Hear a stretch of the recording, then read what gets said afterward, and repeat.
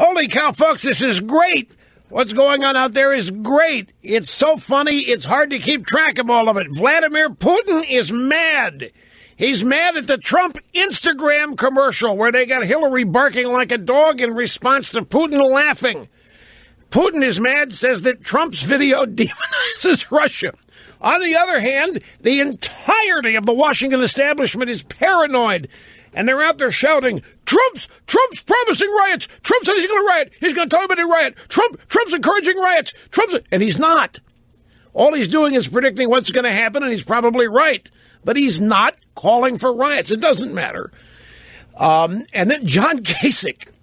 You know, folks, I held back yesterday. By the way, greetings. Great to have you here. L. Rushbo behind the golden EIB microphone. Telephone number. You want to be on the program, 800-282-2882. I held back yesterday in my analysis and commentary on John Kasich. But, I mean, I still hit it pretty hard. It was delusional. It was focused on me. It was breathtaking to behold. I mean, the guy launches his own confetti shower as though he's just won the Super Bowl. He's won one state. He's not even a factor here. And now he's complaining that Trump and Cruz are spoiling the election for him.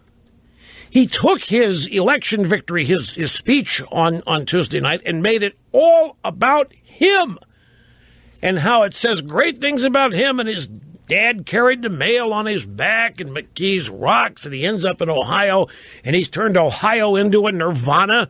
Why doesn't everybody want to move there if that's the case? And talks about what a remarkable thing he has done, how important it is for him. Just delusion. Doesn't have a prayer here. Dr. Krauthammer on Fox last night said the only reason he's hanging in, he thinks, is because he wants to be VP. I don't know, folks. I think the guy's delusional enough to think he can be the nominee. No, Russia can't possibly. That's, folks, I can't tell you a number of people. Is it telling Snerdley? A number of people who listened to yesterday's program and thought I was just a little bit over the top in my description of the establishment and the lengths they would go to protect what's theirs. And I'm not going to pull any of it back. I meant every word of it. I'm not going to keep beating it over the head. I realize some people don't want to hear it, but look at the Washington Post headline today. To defend our democracy. In other words, to maintain our lofty perch in the establishment. Trump and the GOP must aim for a brokered convention. To stop Trump, the Republicans must do a brokered convention. That's the Washington Post.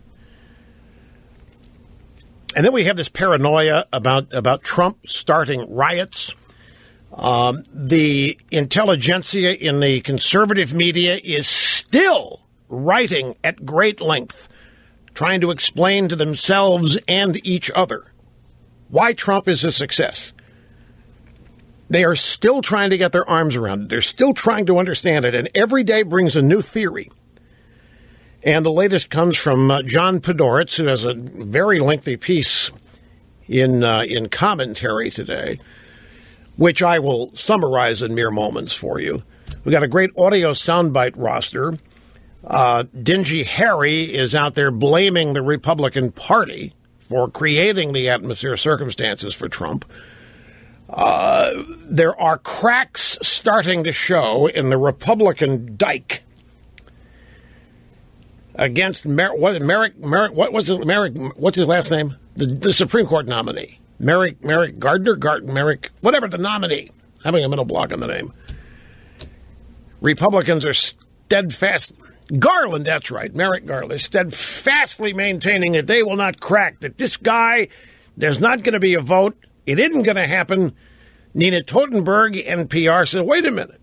The Republican leadership has already had a back-channel phone call with Obama in which they have assured Obama that after the election, they'll move on this nomination. And they caveat to them, well, yeah, but that's only if Hillary wins. If Hillary wins, I don't think this guy will remain the pick. Just my 2 cents. But if Hillary wins the election, they'll find some reason for Merrick Garland to leave, and Obama will appoint somebody 35 or 40 in there. that can serve on the Supreme Court for the next 2 generations. I mean, that's what he wants. He wants somebody in there that's going to be there a long, long time. Anyway, setting the table for all that's coming on the program today, plus your phone calls at 800-282. No, I'm not trying to disrespect Mr. Garland. I hadn't even intended to talk about him yet, and I just had a mental block on his name. Here is Dingy Harry. Grab audio soundbite number 20, just in this morning at the Center for American Progress. Dingy Harry telling us why Trump is a player. The Republican establishment acts bewildered, but they should not be bewildered.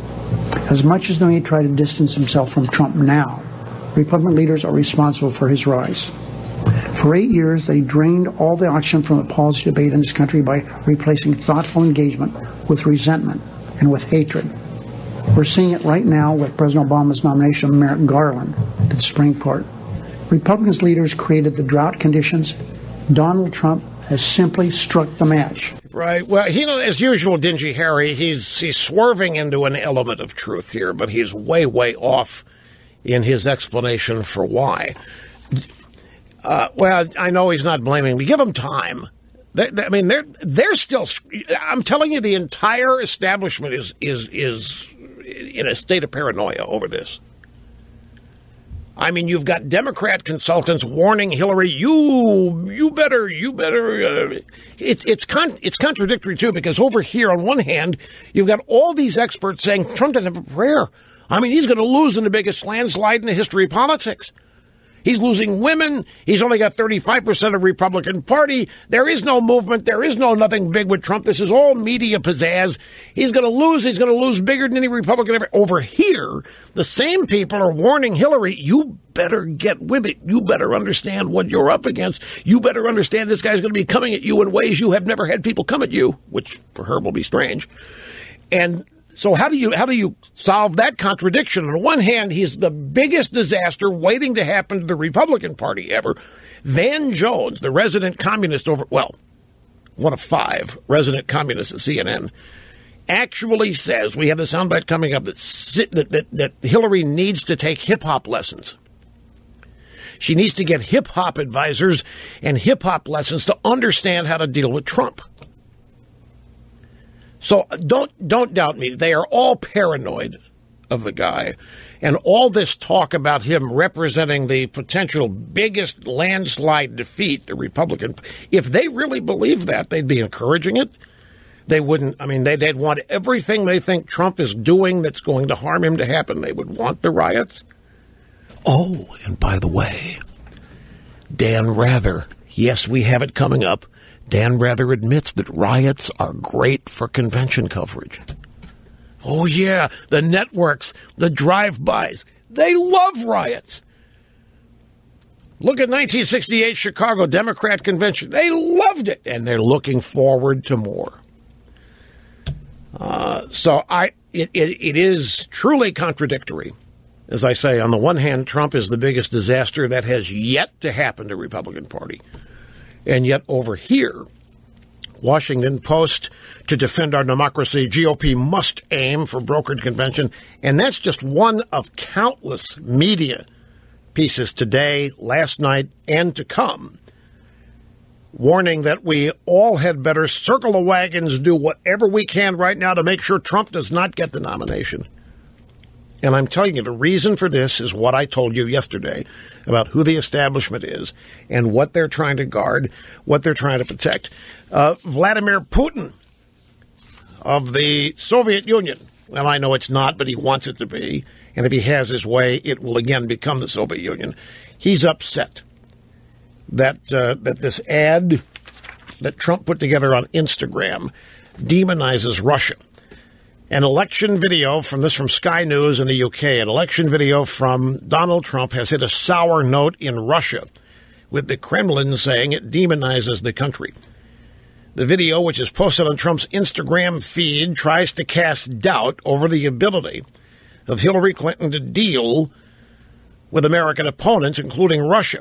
It shows Putin throwing an opponent to the floor in a judo match and a clip of him laughing, which is shown after one of Mrs. Clinton barking like a dog. We debuted the ad for you yesterday. We posted a link at rushlimbaugh.com so you can see it because there are important video elements of this ad. But I have it here again on my formerly stained fingers. Let me describe what it is. Graphically on the screen. So when it comes to facing our toughest opponents, and then it cuts to video of Putin throwing somebody to the mat in judo. And that's followed by video of a masked Islamist, like an ISIS guy, pointing a gun at the camera. The next on-screen graphic, the Democrats have the perfect answer. When it comes to facing our toughest opponents, remember that's how it starts, and there's Putin as a toughest opponent, ISIS as a tough opponent. The next graphic, Democrats have perfect answer, and they cut to Hillary barking. And then Putin laughing after Hillary barks. And then after Putin laughs, the graphic, we don't need to be a punchline anymore, meaning the United States. Trump, make America great again. So, as you listen to this, I want you to try to visualize, if you haven't seen this. When it comes time to facing our toughest opponents, here comes Putin practicing judo, an Islamist guy aiming a gun at the camera. Graphic, Democrats have the perfect answer. Here's Hillary laughing like a dog at a campaign event, followed by Putin laughing at that. And then the graphic, we don't need to be a punchline anymore. Trump, make America great again. Here is the audio.